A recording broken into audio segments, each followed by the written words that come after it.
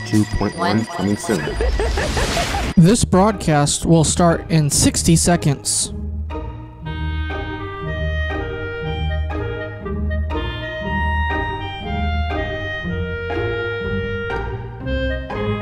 This broadcast will start in 45 seconds.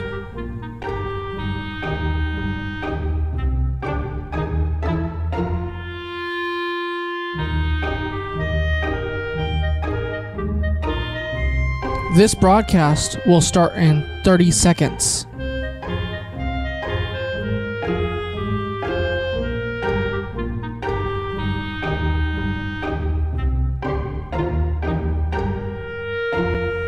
This broadcast will start in 15 seconds. This broadcast will start in 10, 9, 8, 7, 6, 5, 4, 3, 2, 1. The Voice of Stockton. For more information on The Voice of Stockton, go to thevoiceofstockton.org. This program does not reflect the views of KXVS management or KXVS, The Voice of Stockton.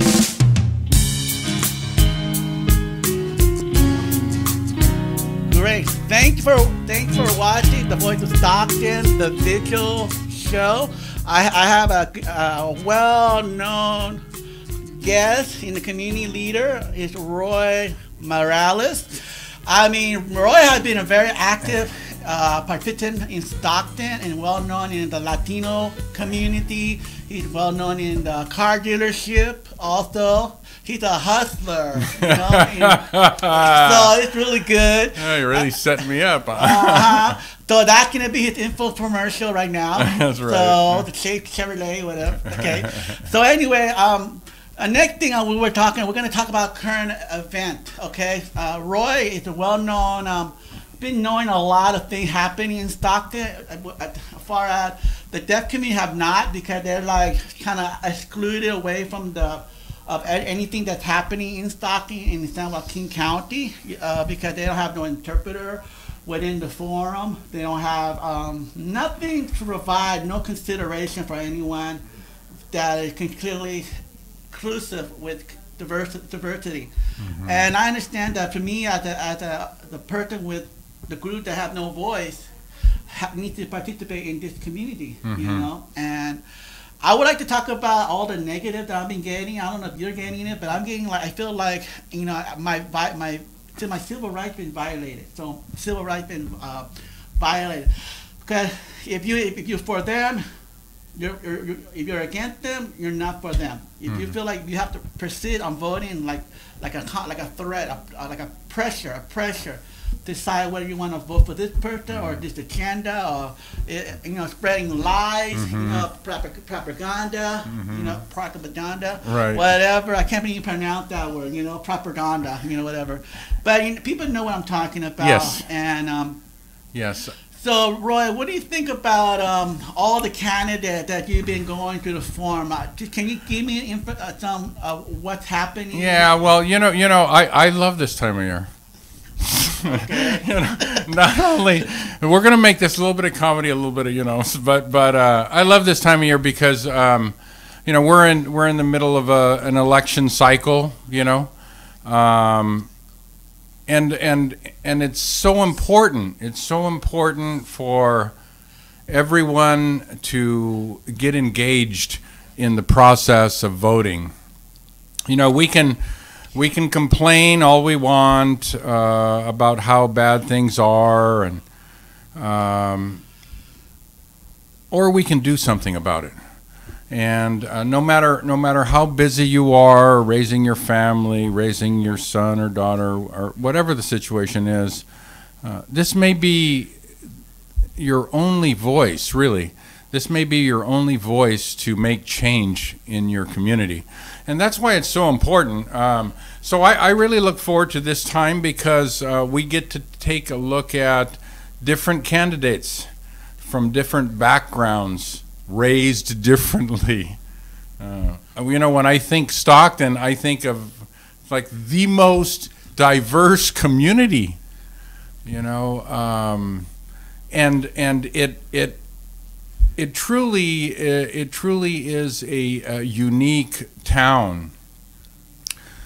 But we have some absolutely fantastic people, you know, in our diversity. We have some just great, passionate people that love our community.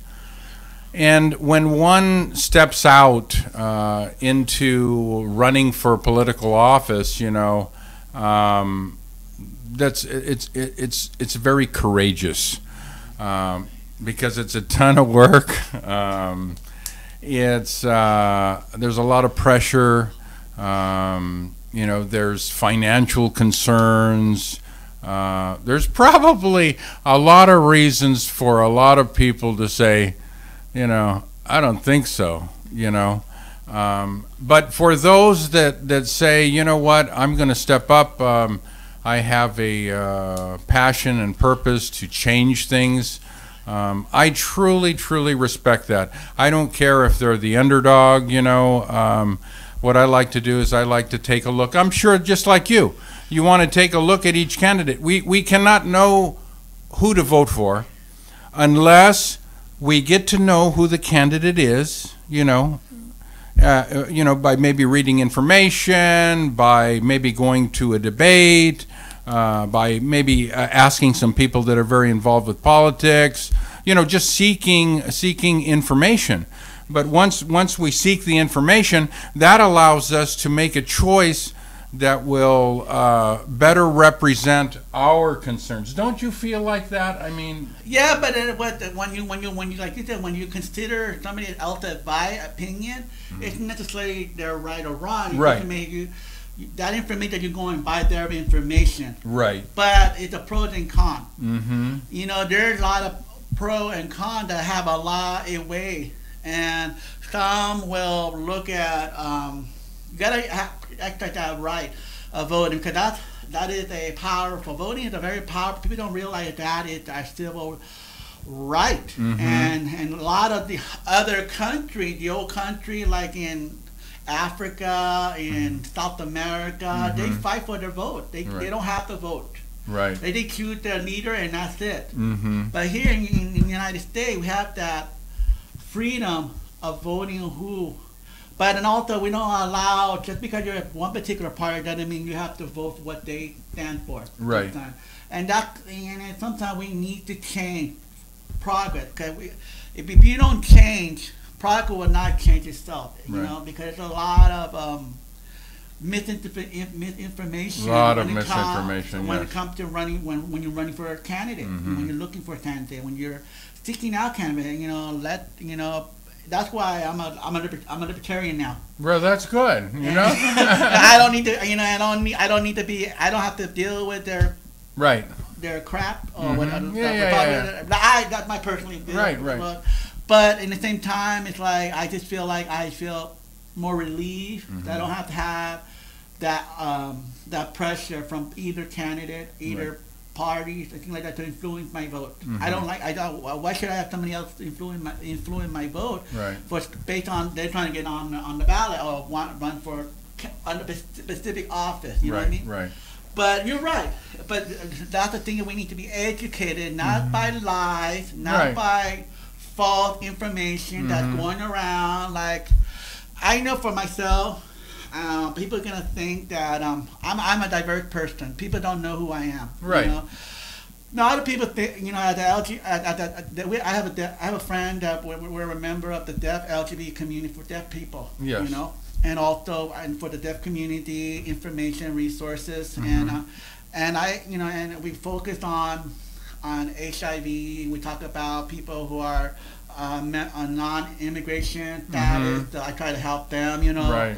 So I represent, and there are people that I'm seeking to, that people are thinking they're homophobic, and like Fugazi, to me she's not homophobic because she's a teacher. I mean, any person that accused Christine Fugazi for being a homophobic is not true. Because I had known her for almost 5 years, and she knew who I was. She had friends that she's associated with. I mean, she's a wonderful person. And to attack her, that she's not for us, doesn't mean that this particular organization do not represent me. I represent my own self and represent who would do the job right. Right. not as a puppeteer. And not only that, same thing with Motec Sanchez? Yeah, Sanchez. Sanchez, I have him in over here, non-party, and he told me, I know Motec about 5 years too. And he knew how I was and everything, and he wasn't afraid. He didn't curse me out. He didn't make me feel like any superior or inferior to me as a person with disability, a person with in active involved in leadership in Stockton, and that's not even true either. You know, he's not, and that to me, that's down. It's a lie right there. You know, hold on, I'm going to the next one. Go ahead. I'm just seeking out. I'm the type of person that I really don't care who runs. I'm very adaptable. If somebody meant to be running there, I say, okay, whatever. That's what people want. And I just move on. Right. As far as, who else? Carter Fusa. Yeah. He's running for Carlos assembly. Villapuro, yeah. Yeah. He's been attacked by the LGBT community as well, but I don't, to me, he's not, I had talked to him, and he does, even his nephew is gay, and he don't think about anything less of them, you know. So I don't understand that because you played the race card, the LGBT, the gay card, and all that stuff. To me, should be a factor because that is something that is trying to mislead the voter. If you're not for that group, then they cut you off. They don't want nothing to do with you because they stand for what they want to run. You know what I mean? Well, and like you say, you know, every organization is going to have their position, you know, and so, and that's okay, because, you know, it's okay to have your position, but it's really important for the voter to acknowledge your position, and also seek the other positions that, you know, where candidates are running as well, so that they can get a broad spectrum of who is running and who they think would represent them best in the election. And I know that there are candidates out there that are running right now. Believe me, there's many candidates out there running right now with no funding or little funding, and they're only running on passion and purpose. And you know what? My hat's off to them, because it's a difficult road, but it's a road that they probably feel that they need to do.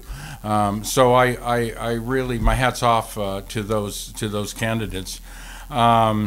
But I understand what you're saying is that everyone has a position, you know, and we just have to understand that you just have to investigate the position yourself to know what the truth is. You know, if someone says Roy's a bad guy, you know, and you hear it, you know, it's automatically the first thing in your mind is, oh, Roy's a bad guy, you know. But for you to really be able to identify whether I'm a bad guy or not, is that something that you would have to get to know me? You know, you would have to get to know me to be able to do that. And to give you like an example of getting to know people that you trust, and all of us have those people that you trust. And the reason why you trust these people is because you've built a relationship with them where you know that they can be transparent to you and you can be transparent to them. So now you get to, you form this relationship with a person, right? You form this relationship with a person. And what happens, that relationship becomes so powerful because you can go to them and you can ask them to do something for you that's important, and you know 100% because of the relationship that you've established with them that they will assist you in your request. Just recently I reached out to about 12 good friends in the community, and I made a request for them. It was an important request, and I knew me making the request to these 12 individuals, I would get a positive response as far as them trying to assist me in my request, okay? But I knew 100% I knew 100%. I knew these people so well that there was no doubt in my mind that I felt comfortable about asking him for this request. And I got messages back from each of the individuals, and you know what the messages were? The messages were, Roy, no problem. Don't worry about it. I'm going to take care of it, the request that I had for them. And it was a very personal request. And it's when we begin to develop those kinds of relationships, we can trust one another. You know, there are certain people that you can trust. I mean, more so than maybe others because you haven't established a relationship with them, you know. There's people that I can call in the community about something that I have no idea about. Right.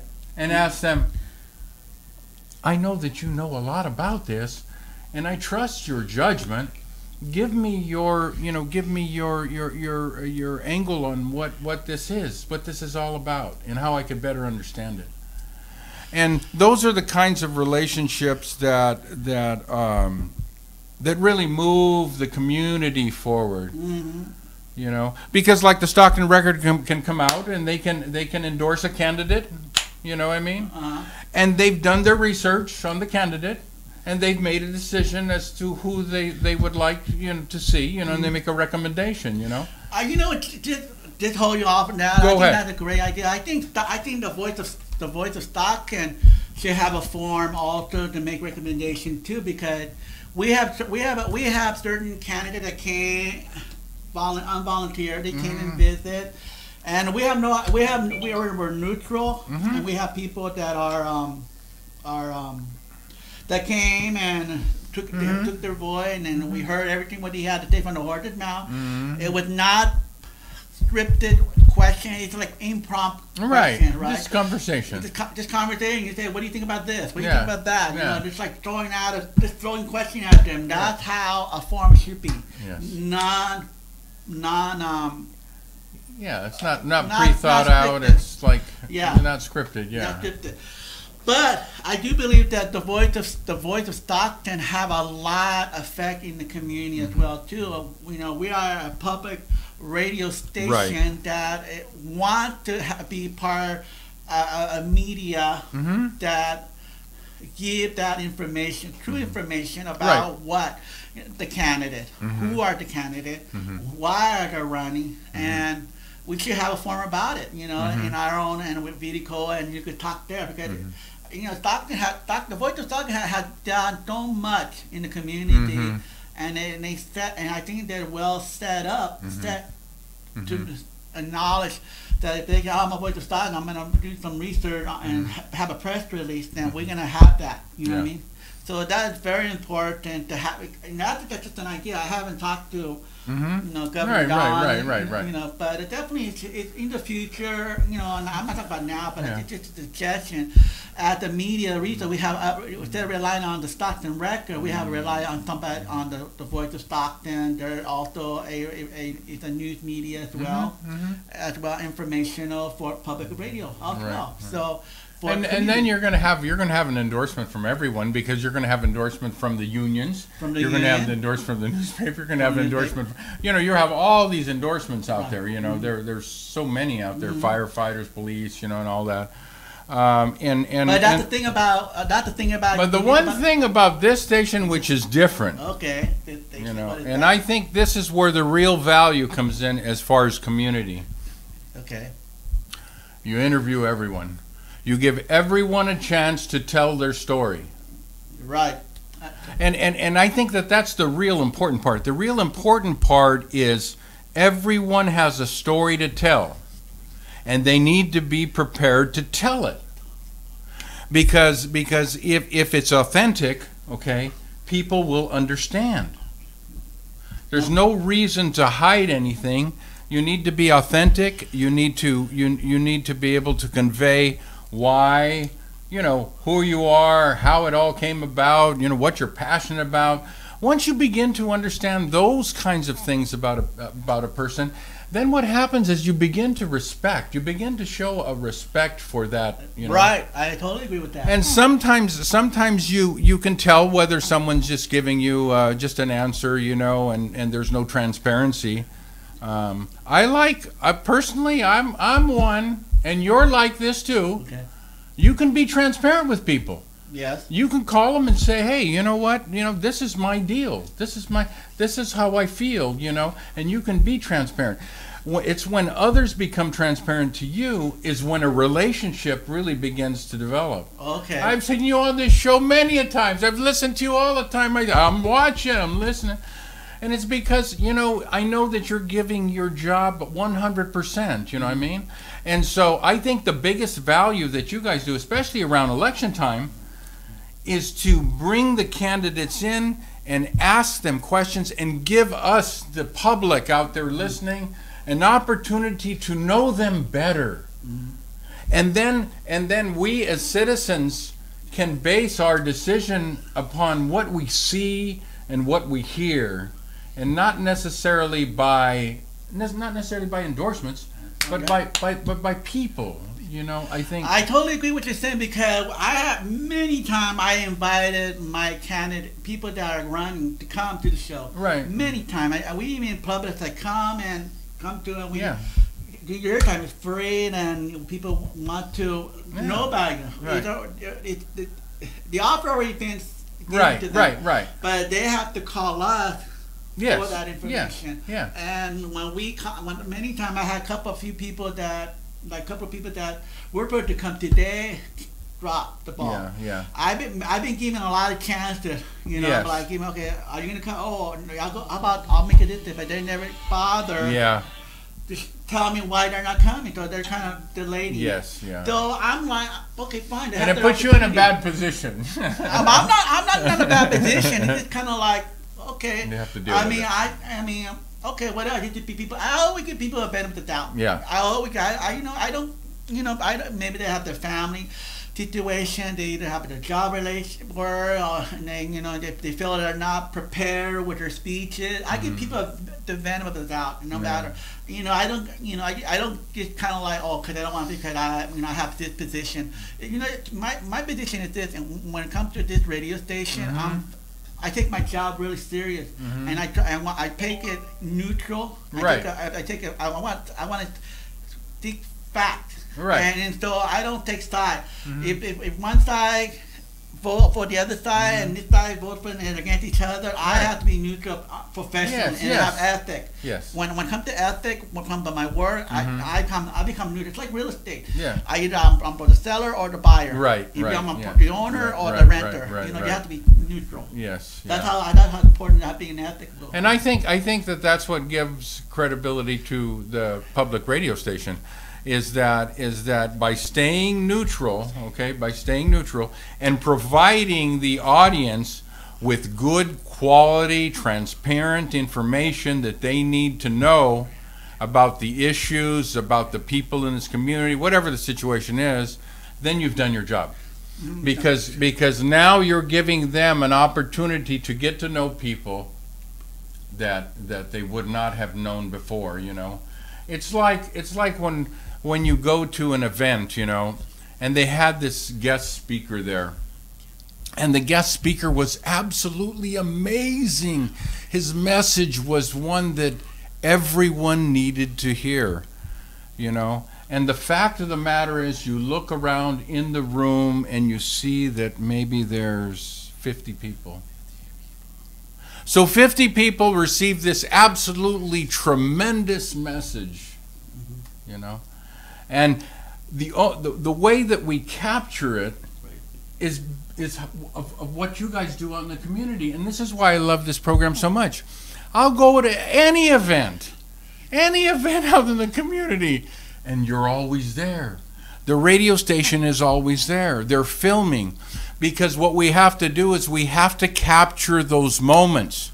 Once we capture those moments on video, on film, whatever it is, and then we're able to share that to the public then becomes aware of the event, aware of the speech, aware of whatever happened or whatever positive thing happened. And that's what your job is. Your job is to give them the information so that they could either, a lot of times it's going to be inspiring. A lot of times it may make them look into themselves and say, you know what, maybe I need to change some things about myself. Maybe I need to get more involved with the community. Maybe I need to go coach a baseball team, a soccer team, you know, start a swim team for the kids in the neighborhood. Whatever it is. The power of the media, you know, the power of what you guys do in the community is absolutely essential to us being a healthy community. You're right. Okay, now let me ask you your question. As a citizen of Stockton, what have you seen that you have here that's going on? Are there be any an event coming up that y'all are aware of for candidate? It doesn't be candidate, but other. Because a lot of people, I know that a lot of people, there's nothing happening in Stockton. There's nothing really happening. Yeah. But, you know, through progress. Well, I'm going to share one thing that's kind of on my mind. All right, go ahead. I'm going to share one thing that's on my mind, and I don't like complaining, you know. I mean, I'm a positive guy. But you're you know what I mean? But, you know, when you see something and it hits you, right then, there, you know, the good thing now is when that happens, you know what you can do? What? When that thing happens, that one thing that just caught you right there, boom, it hit you on the head. You can pull this phone out and you can capture it. And you can capture it. You can capture that moment, okay? Okay, I'm going to tell you something yesterday. Okay. Yesterday. Actually, my birthday was Friday night, okay? I had my birthday Friday night. That was my actual birthday. And I was able to play golf, of course, in the Save Swenson Park Golf Tournament.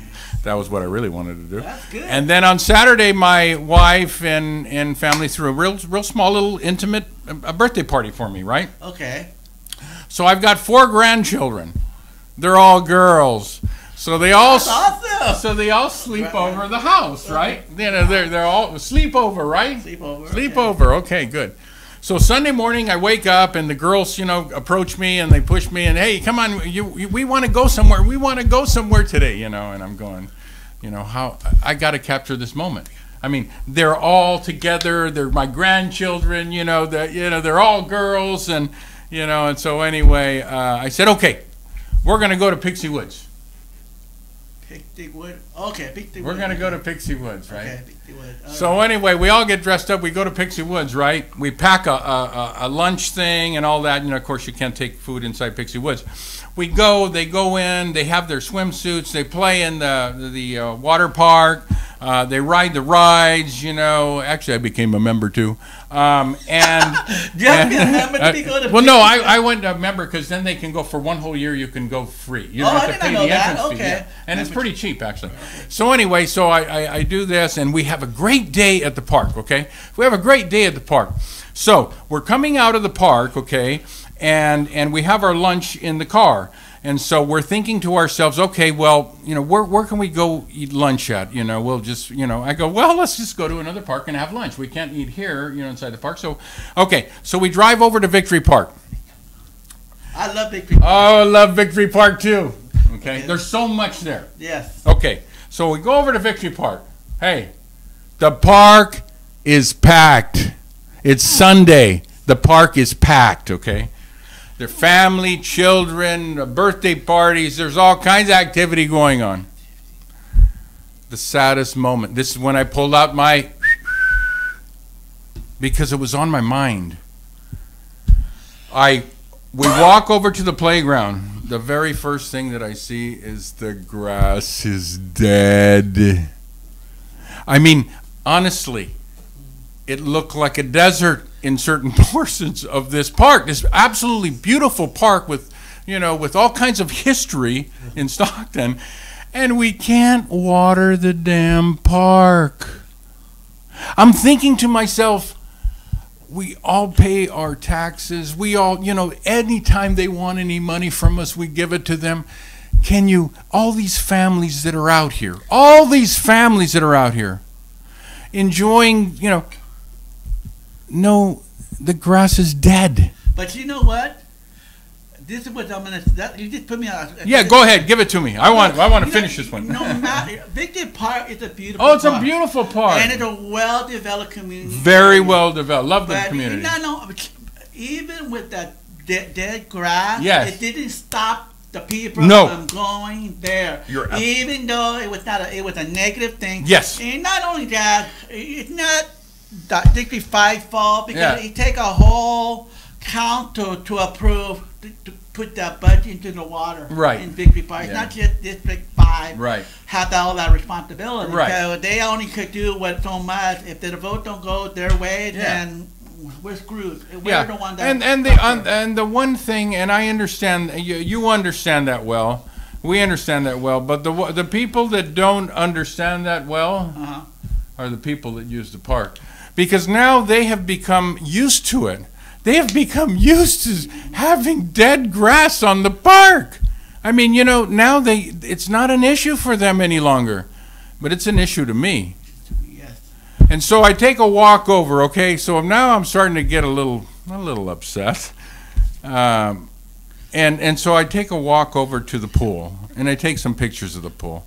The pool is, you've seen the pool. Yeah, I used to swim in there with my son. You used to swim in there? Yeah. Well, I would like to see a picture of the pool with you swimming in there, because no one's been in that pool forever. Yeah, it's 5 years. It's been 5 years, yeah. Hey, now, you know what? This was the picture that I'm captioning, okay? I'm going to a park full of people. The grass is dead, okay, number one. I think it's a water issue, okay? And then I go to take a look at the pool, and I know the pool situation and all that, and it's been 5 years. You said it's been 5 years. He actually swam in the pool. Do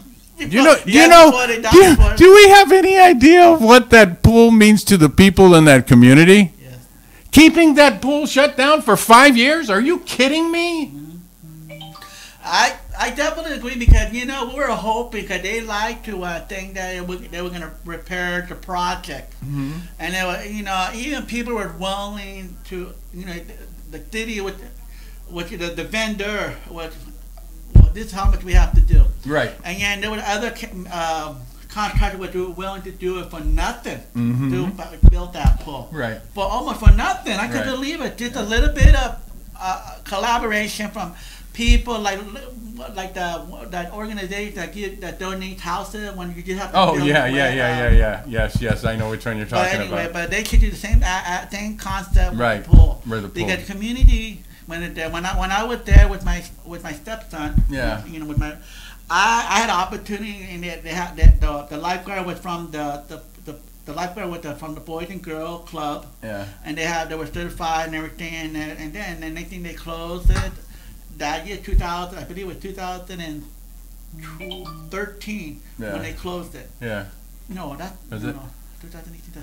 No, 2005, 2015 that closed. Okay, 2005, 15. So now I'm like, me and my son we're going over water, and it only cost $1 to go in. Only $1 to go in there.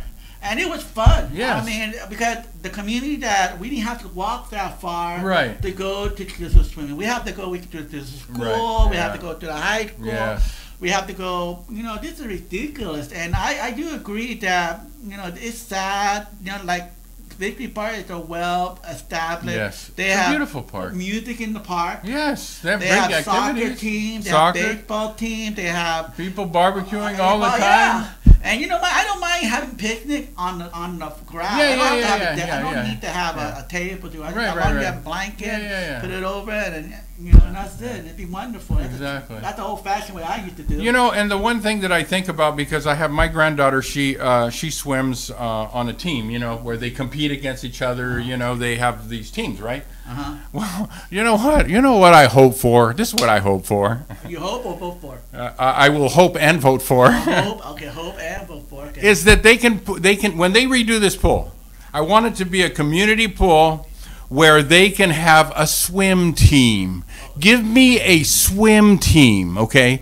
Give me the kids that are going to go swim there, that are going to bring parents there, that are going to develop a community around swimming, because it happens every day at other pools. And Victory Park is not part of that, because they don't have a pool to participate. Because what happens is, when you have a good youthful activity for one to participate in, the parents come. Yes. What happens when the parents and the kids are all together? They talk with other parents. They talk with other children. They begin to form a community. Once that community is formed, now you have something good in the middle of the park. You know, we're missing that in Victory Park. We're missing that in many other areas of Stockton. Each area of Stockton should have that. You know, Little League Baseball has died in South Stockton.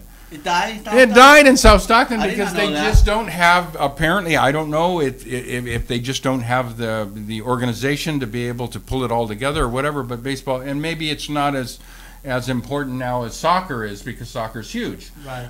But Little League Baseball died in Stockton. But I think swimming, I think that's a great community activity. When it comes to, like you said, like, everybody got to look at it that everything you do for the student, for the kid, is voluntary. When you become a coach, it's volunteer. It's all volunteer. It's all volunteer. You don't get paid. Right. You have to deal with 12 kids in the team. Yeah. You have to go to practice. Right. You have to go to the game. You have to take them to the game, make sure they're equal time on their level. Yeah. So it's a lot of work. Because I used to be a coach. In the Bay Area, I used to have my uncle as the assistant coach. And it's really fun, you know. Yes. It's really get part in the community, and you build that character of a little person trying to, like, I want to get a home run. I want to catch that ball. Yes. They're all determined in trying to be something good, you know. And you can see that eyes, you know, the hungerness. And like, interesting. Yeah. It's the same thing with Victory Park. Like you said, Victory Park have a lot of potential, but yet they cannot blame our previous administrators for not doing what they're supposed to do. And you know what, because I asked Christina, and I knew what the answer was going to be, but I asked Christina about it. What the answer? People need to know that. The answer is this: is that the city? I even asked. This is the way I put it to her. Okay. I said, Christina, I said, hey, what about the pool? How's the progress on the pool going? And she goes, Roy, the pool? She goes, I'm just trying to get the grass watered. Oh my God! So I know what the problem is. The problem is they probably have to fix something to be able to put water on the park because it's been dry. Well, I mean, it's dry again because we're getting into that season. But last year it was because of a pump and it all dried up. I don't want to see that park all dried up again this summer. Not only that, but the thing is the pump. The thing is, the last time I was told that the reason why the pool was not with repair, with a crack on the foundation. Right, for the pool, That's what there. Now they have another excuses where the pipe got corroded and there's nothing to water the damn grass. Right. To me, I don't know if it's a separate issue between the watering the grass and putting the water into the pool are two different items. Yeah, it is two different items. So but I would say the best thing they can do. The best thing they can do. I'm thinking the best thing they can. Number one, the best thing you can do is give me a green park. Give me a green park, for God's sakes. Give me a park that has some grass that's alive, and I'll deal with that. The pool will come later, and I'm hoping, and because this pool is in Susan Eggman's area where she lives, right? Yeah, she sees Eggman, that. right? She sees it every day. Yeah. Right. He look at her view. My son. Look at it in front of her house, in front of her window, and look at it. My son lives on Lucerne with his 3 daughters, right? And they go to the park pretty regularly. You know, everybody has got to see that pool. Yeah. And everybody's got to pull out this camera and say, I got to capture this because this ain't right. There's something wrong here. And I think that we need to do more of that to keep our elected officials aware of what our concerns truly are. You know what? You just list a lot of different levels of already elected government already. You got the state involved, the Susan Eggman involved already, because he lives in that area. She lives in that area. You got Carla Fusan and Miguel Kerber living in that area too. We got Bragati there, but she cannot control it all. No, she can't control. She can only do so much. Thing that they need to reconsider of having some recommendation focusing on priority, because they have their own priority, as far as that concerned. But as far as my concern is that what you're telling is a big concern, because we suffer from asthma. We got trees that die. We got when wind blows, the grass. When they die, it's brown. You breathe in. Hail in, and you'll get all that dust and weed and all that stuff, and that's not even good either. And the dog pooping. They used to have the sanitary. They don't even have that They don't box. have those boxes anymore. They, Yeah. You know, they used to have that thing Yeah, to yeah, wipe, yeah, but yeah. they don't. They stopped to continue that. When I was there was, because there was a lot of families, that were using the park and all that. But there was one older gentleman that was sitting there, and I think his granddaughter was out there probably playing. They had some family there. Uh-huh. And I said, I went up to him and I said, hey, I said, what do you think of this right here? And I'm pointing at the grass, Like, what do you think? Do you think that they can use some water? And he goes, they don't care. Oh, really? And this is just a guy, this is just a regular citizen. Oh, wow. He knew what I was saying. The grass is friggin' dead. Well, they're used to I it. asked him, and he goes, they don't care. That's, when you start to hear they don't care, that means that our community is giving up. Yeah. They're giving up hope. Yeah. And that is not a good thing to hear. Yeah. I totally agree with that. That's giving up things that not going to change. Things are not going to They change. just They're not going to adapt get to better. it. They're not going to get It's better. not going to get better, but it should be getting better. They should be getting But, better. the way our economy, the way our social status has been, it's so diverse. Even the working class don't care of the situation now. Now we just have to worry about, why worry about crime, homeless crime? Yeah. We need to worry about, instead of kind of off focus on homeless, we need to worry about how we're going to make our community beautiful, make it better, make it collaborate with other organizations. Exactly. Because it sure ain't working. If it's The not only working way, now, it should be the best thing that we got for us is organizations like this one, to be able to be transparent and to be able to tell the story that's happening out there in our community, because this allows the public, a picture of what's really going on. Okay. Because most people don't want to leave their houses anymore. Maybe I'm gonna have you at the report our video on it and say, look, this is where we're going right now. We're gonna go. That's Okay, our next we're sign. now we're gonna go make videos. I tell you, it would always end up on a comical note. All right. Thank you. Okay, thank you. We're at the end of our time. Thank Roy Morales for his interesting observation. It's good. I just well informed. Thanks for coming. Thank you. Thank you for letting me sit in. All right, but thank you, and thanks for watching the Vigil show, and thanks for everyone for watching. Have a good day. Bye bye.